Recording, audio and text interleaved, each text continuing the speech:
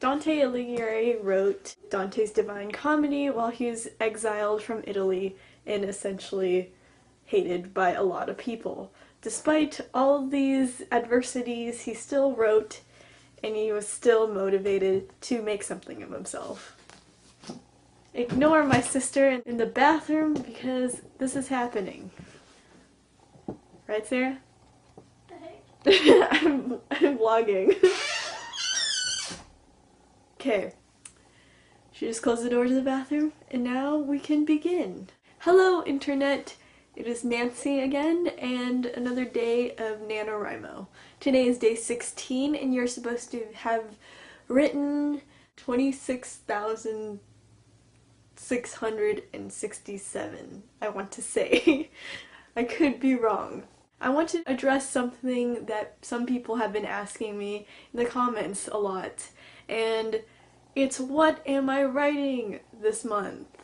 Classic Nancy, addressing questions 2 weeks late into the month. This is how I live my life.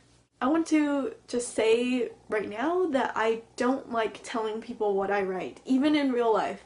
I don't like telling people what the story is about, any specific details so they could get a sort of idea of what I'm writing. Like, I just don't want people to know that. And that comes from a bunch of quotes from writers telling us we don't tell our loved ones what we're writing. And I totally agree with that. But if you do that, that's fine too. I don't want to impress that on other people because that's not in my place. But for myself, I take it pretty seriously and I don't tell people. And another reason why I don't tell people what I'm writing is because I change my mind a lot and it's really hard for me to really commit to a project that I'm doing right now. And so, yeah, so I'll be writing something and I'll tell somebody about it and then they'll be like, oh, when can I read it? You know, stuff like that. And I'm like, ooh, I'm not working on it anymore. I'm shelving that idea until a later time.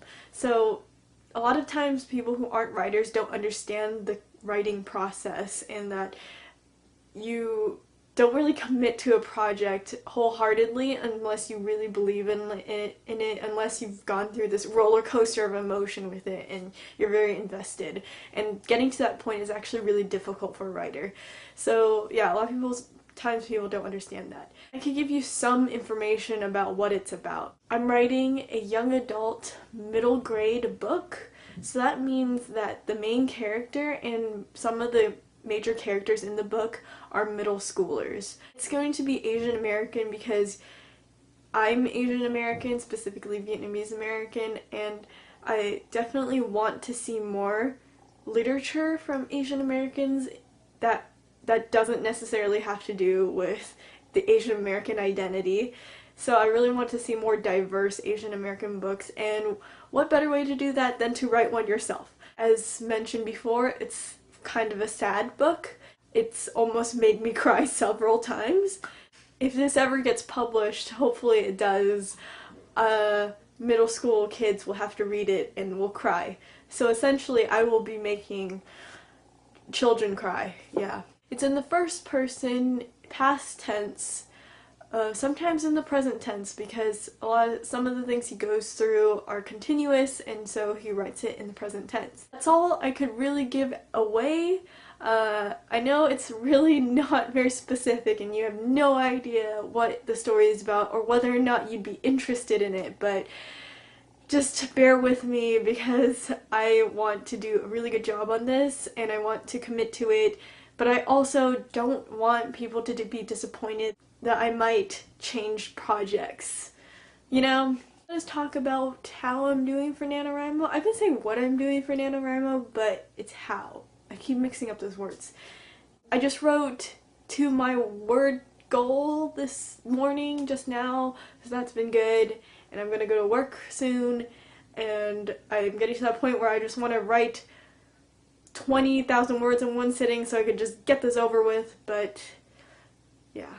Not that the part I'm writing sucks. I really like the part I'm writing. It's just, I just want NaNoWriMo to kind of be over. Motivational, yay. Anyway, so that is the video for today. Alright, I'll see you guys tomorrow.